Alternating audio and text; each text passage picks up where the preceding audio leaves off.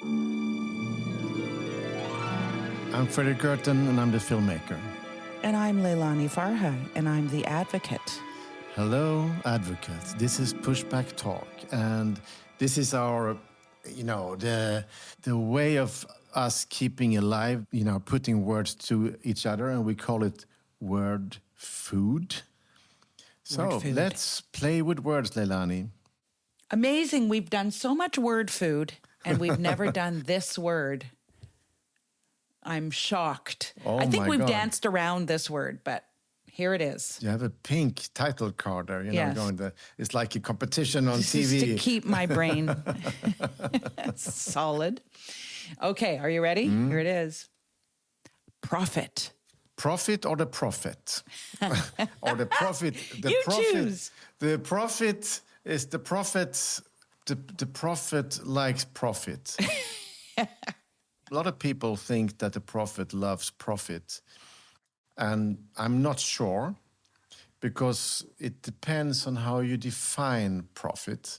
I guess it means... Let me just float out a bit, please. Oh, my gosh. Wow. My brain is already hurting. Please. I know I can't touch you because Can you make sense, please? Just make some sense. How do you define profit? Is it making more money? Is it your bank account growing a lot because you've placed your money in the right stocks? You should buy war now. It's really profitable. Clearly.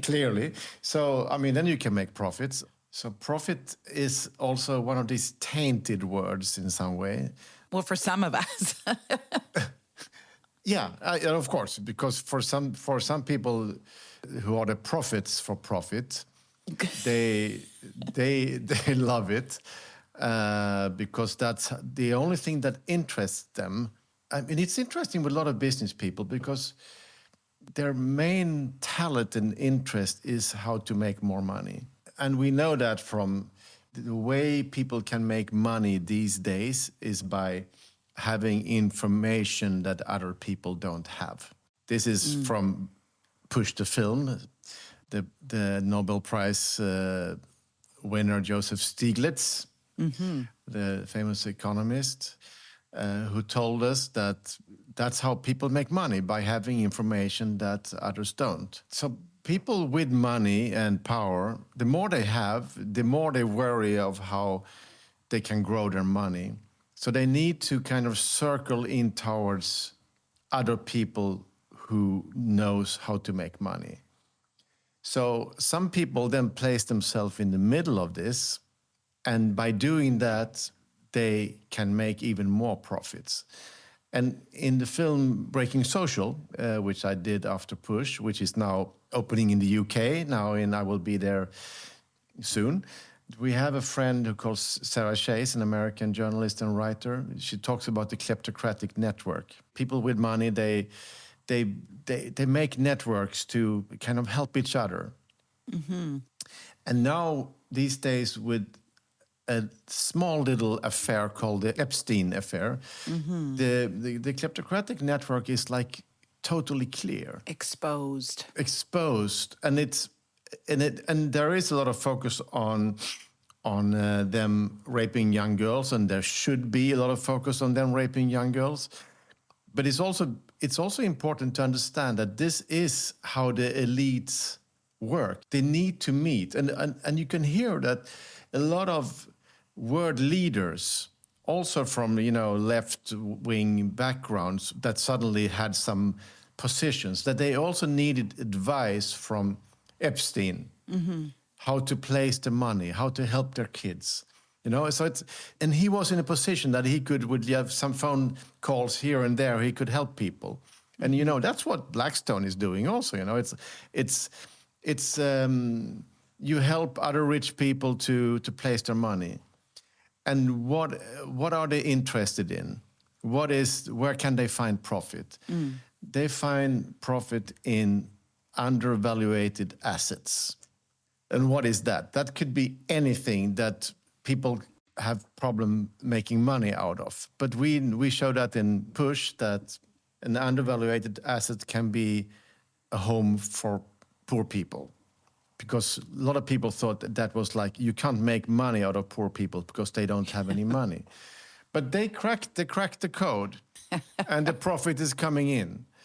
And I think that's really interesting. But I think we should see the Epstein story connected to this kleptocratic network. That's exactly what came to my mind when the Epstein files, all these got released, was very much Sarah Chase talking about these networks. And I actually decided a couple of weekends ago to go to the Department of Justice website where the Epstein files are located now and just search up some names of people that I know through the housing industry, the real estate industry. So I looked up our friend Stephen Schwartzman and Tom Barrack, who was head of Colony Capital. He's all over the Epstein files. And Schwartzman is there courting Epstein. And I didn't look to see about this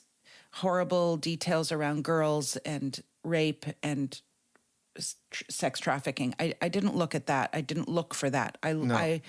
But what I did see was Schwartzman and his wife inviting Epstein to cultural events and to a party at their house, I believe. You know, that network is very intact and still operating today with or without Epstein. Yeah.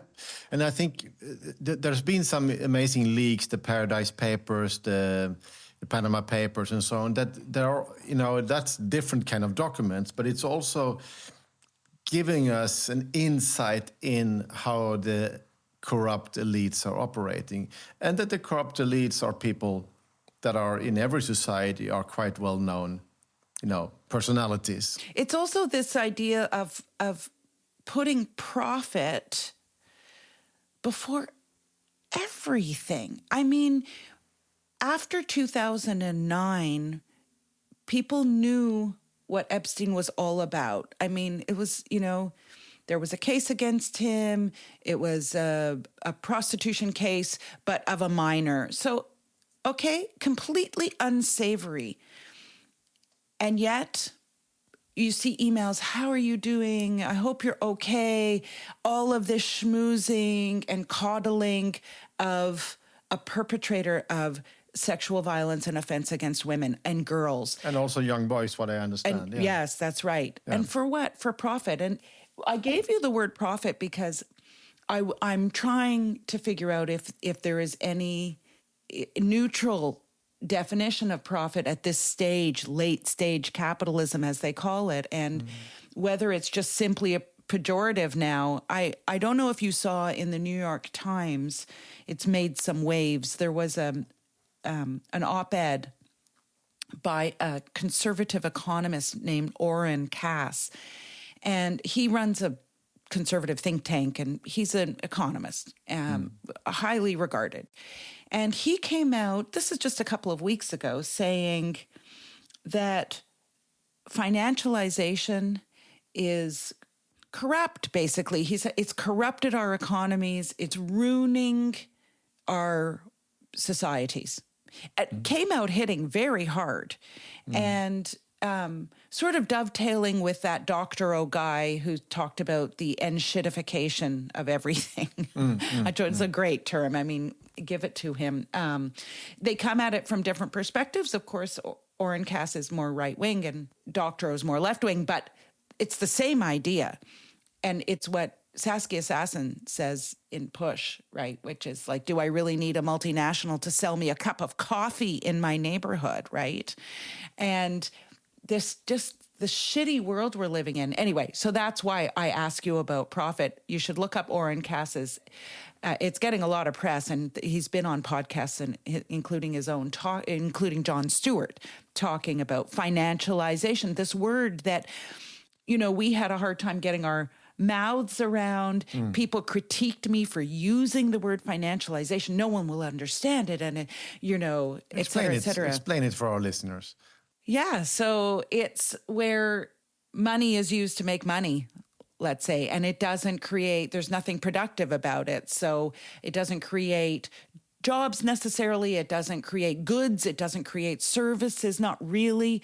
And it becomes a self-referential world where you make money based on fees, a lot of fees, lawyers' fees, accountant fees, fees.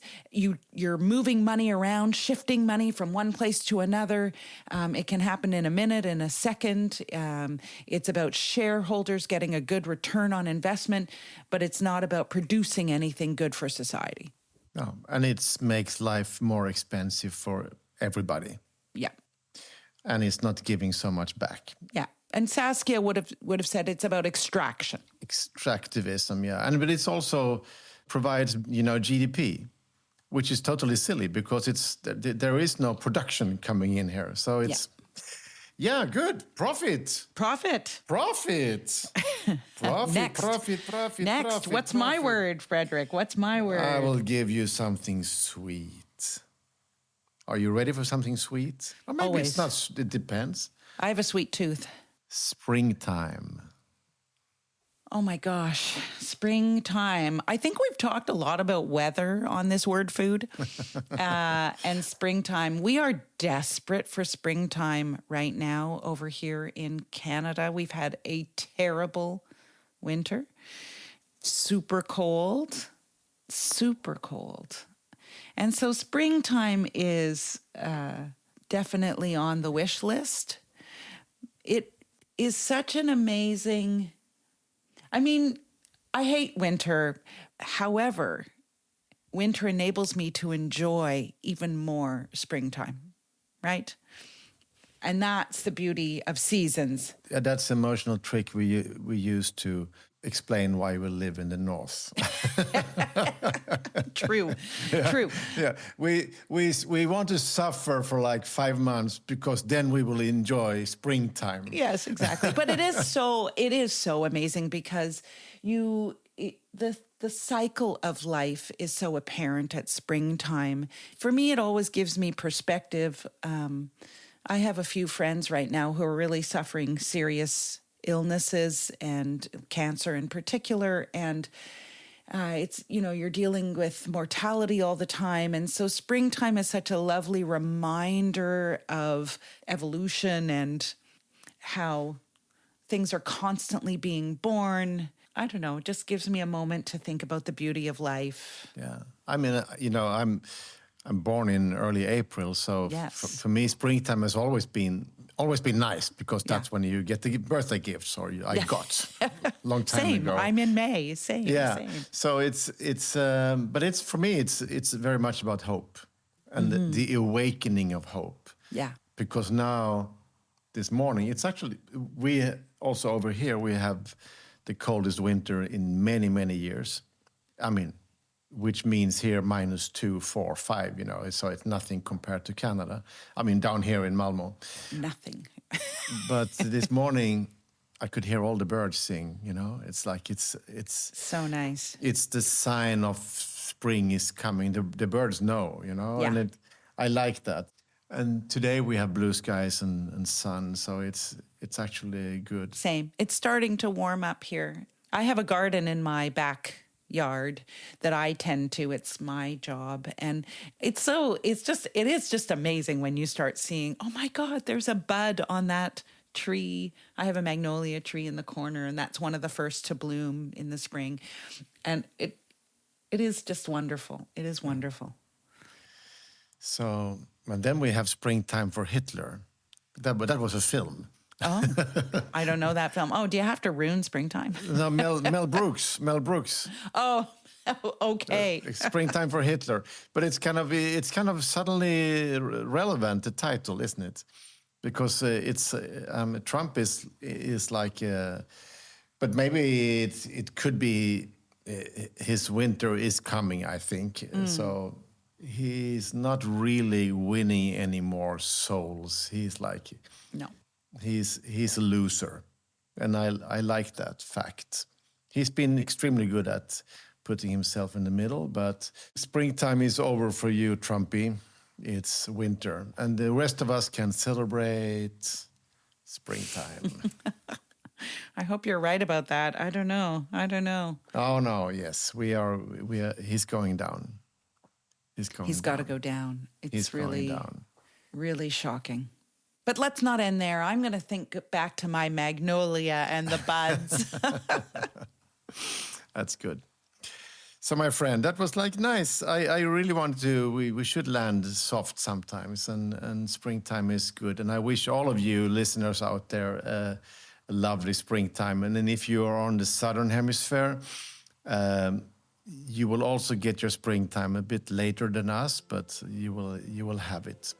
Exactly. Thanks, Fredrik. Thank you, Leilani. And to friends, if you want to support the podcast, send us some money on Patreon. It's not bad. Patreon.com, Pushback Talks. See you. See you.